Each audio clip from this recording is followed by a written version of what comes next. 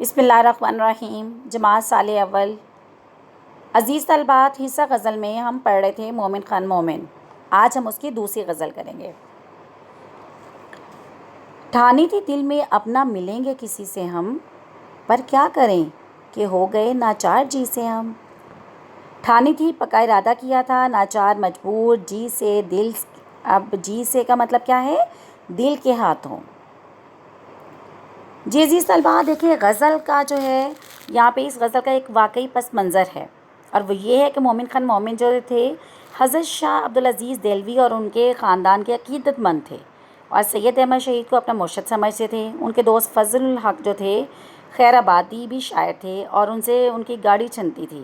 ایک روز بحث میں فضل الحق جو تھے نے سید احمد شہید کے بارے میں کچھ ایسی بات کہہ دی کہ جو مومن کو کیا گزری، سخت ناگوار گزری۔ اور اس سے کیا ہوا، ان سے جو ہے میل ملاقات بلکہ بول چال بھی ختم ہو گئی۔ یہ غزل جو تھے اس قطع تعلق کے احساسات پر مشتمل ہے۔ بعد میں صلح ہو گئی اور تعلقات بھی معمول پر آ گئے۔ مومن اپنے دوست فضل الحق سے کہہ رہے ہیں کہ میں نے دل میں پختہ عزم کر لیا کہ اب آپ سے کبھی نہ ملوں گا، لیکن کیا کہوں، دل کے ہاتھوں میں مجبور ہو کر آپ سے تعلقات استوار کرنے پڑے مجھے۔ یہ راہ رسم کی بحالی اس پرخلوص قلبی تعلق کی وجہ سے جس نے دل کو مجبور کیا۔ یہاں اگر واقعی پس منظر سے ہٹ کر شعر کو عشق و عاشق کے روایتی انداز میں سمجھنے کی کوشش کی جائے تو عاشق اپنے محبوب کے رویے سے بددل ہو کر ترک تعلق کا ارادہ کر لیتا ہے، لیکن پھر کیا ہے، لیکن پھر دل کے ہاتھوں مجبور ہو کر ہتھیار ڈال دیتا ہے۔ اصل میں یہ بتانا مقصود ہے کہ دل کے ہاتھوں مجبور کے انسان بڑے سے بڑا عہد اور بڑی سے بڑی قسم بھی توڑ دیتا ہے۔ شعر نمبر 2۔ ہنستے جو دیکھتے کسی کو کسی سے ہم، منہ دیکھ دیکھ روتے ہیں کس بے کسی سے ہم۔ عزیز طلبات، شعر نمبر 2 میں اب یہاں پہ شاعر جو ہے وہ کیا کہہ رہا ہے؟ محبوب کی محفل میں ہمارا محبوب ہمیں نظر انداز کر کے کیا کرتا ہے؟ رقیبوں سے ہنس ہنس کر باتیں کرتا ہے، ٹھیک ہے، کہہ کے بلند کرتا ہے، تو ہم اپنا دل کیا کر دیتے ہیں، ہمارا دل جو محسوس ہو کر رہ جاتا ہے، ہمارا دل رقابت کی آگ میں جلنے لگتا ہے۔ ہم سوچتے ہیں کہ ہمارے محبوب ہمارے ساتھ تو سیدھے منہ بات ہی نہیں کرتا، اور غیروں پر وہ کیا کر رہا ہے، غیروں پر مائل بکرم ہے، یعنی کہ وہ بہت ان کو جو ہے ان پہ کرم کر رہا ہے، ان سے باتیں کر رہا ہے، ان کے حسد سے ان کی طرف دیکھ رہا ہے، اپنے نظر کرم کر رہا ہے۔ ہمیں یاد آتا ہے کہ کبھی ہم پر بھی محبوب کا جو ہے اس نے ہمارے ساتھ بھی ایسا ہی سلوک کیا ہو، لیکن کبھی بھی ایسا افسوس کبھی ایسا نہیں ہوا۔ ایسے میں دوسروں کی خوشی ہمارے قلب میں کیا کرتا ہے، ہمارے لیے مزید اس کے دکھ اور تکلیف میں مزید اضافہ کرتے ہیں۔ بچھڑ کے تجھ سے نہ دیکھا گیا کسی کا ملاپ، بچھڑ کے تجھ سے نہ دیکھا گیا کسی کا ملاپ، اڑا دیے ہیں پرندے شجر پہ بیٹھے ہوئے۔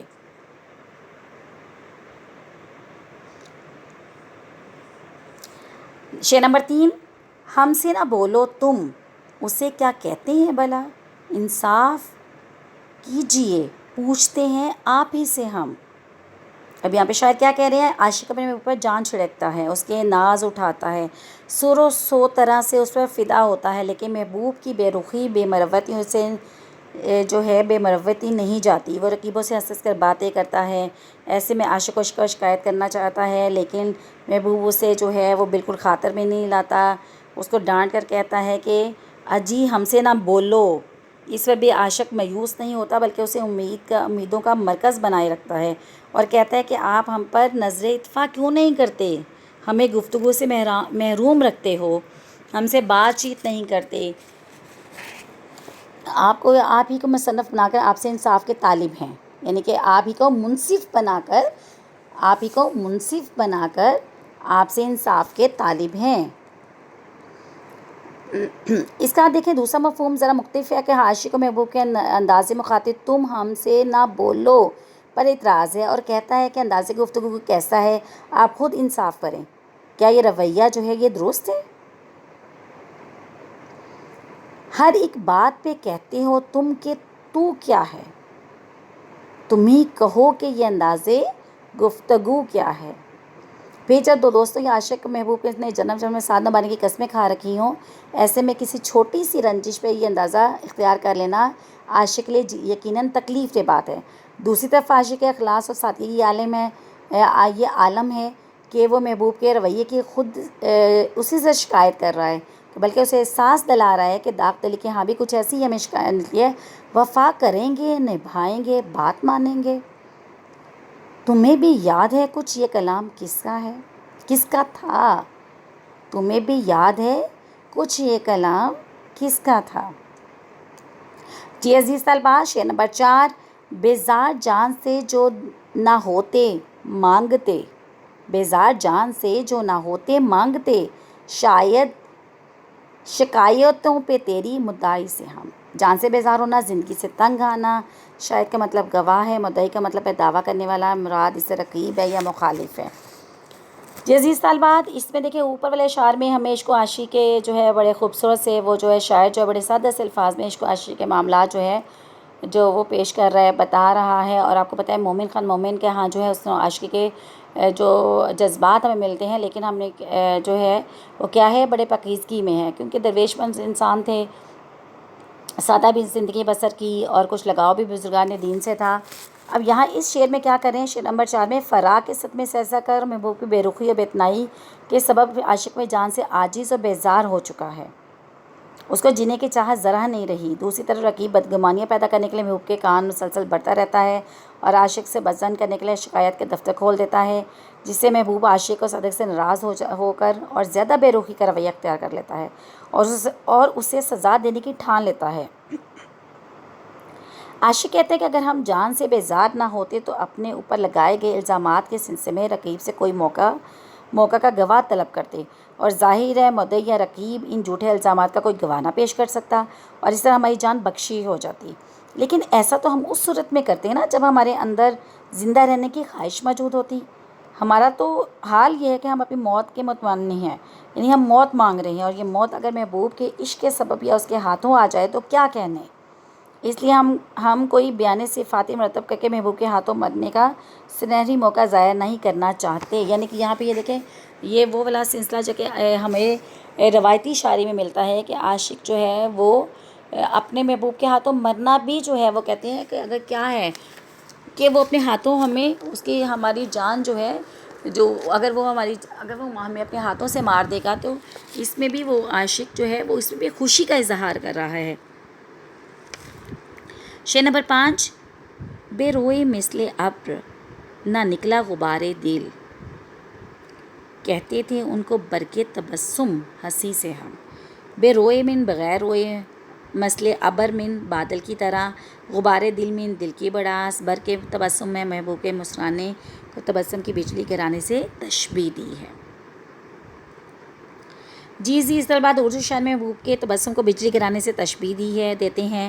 یہاں پہ شاعر جو ہے، اب دیکھو اردو شاعری میں محبوب کے تبسم کو بجلی گرانے سے تشبیہ دیتے ہیں، یہاں مومن نے اسے تشبیہ سے ذرا مختلف انداز میں کام لیا ہے۔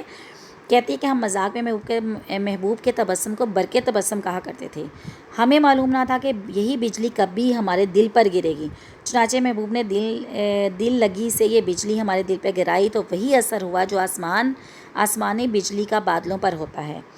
ہماری بھی آنکھیں برسنے لگیں اور فرد غم نے وہ طول کھینچا اور اس میں اتنی شدت پیدا ہوئی کہ ہم اس وقت تک روتے رہے جب تک کہ دل ہلکا نہ ہو گیا، جیسے بادل برس کر ہلکا ہو جاتا ہے، اس طرح ہمارے دل کا غبار نکل گیا۔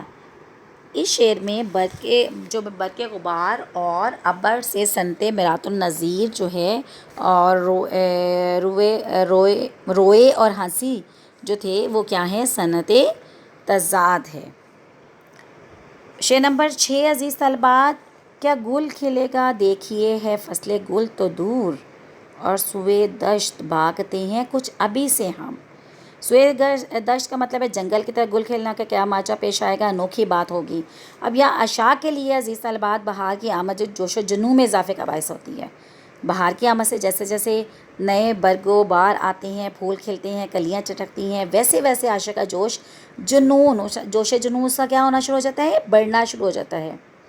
جیسے کسی شاعر نے کیا خوب کہا ہے، کچھ کرو فکر مجھ دوانے کی، دھوم ہے پھر بہار آنے کی۔ اس عالم دیوانگی میں وہ جنگل کی طرف چلے جاتے ہیں، صحرا نوردی کرتے ہیں، اسے انہیں کچھ سکون میسر آتا ہے۔ شاعر جو ہے یہاں پہ کہہ رہے ہیں کہ شاعر کہتے ہیں کہ محبوب سے میری محبت اس قدر زیادہ ہے کہ میں بہار کی آمد سے پہلے ہی ہوش و آواز کھو بیٹھا ہوں اور جنگل کی طرف بھاگ رہا ہوں۔ جب بہار آئے گی تو جانے یہ جوش جنوں کہاں سے کہاں مجھے لے جائے گا۔ اب کیا کہہ رہے ہیں، کسی شاعر نے کیا خوب کہا ہے، کیس جنگل میں اکیلا ہے مجھے جانے دو، خوب گزرے گی جو مل بیٹھیں گے دیوانے دو۔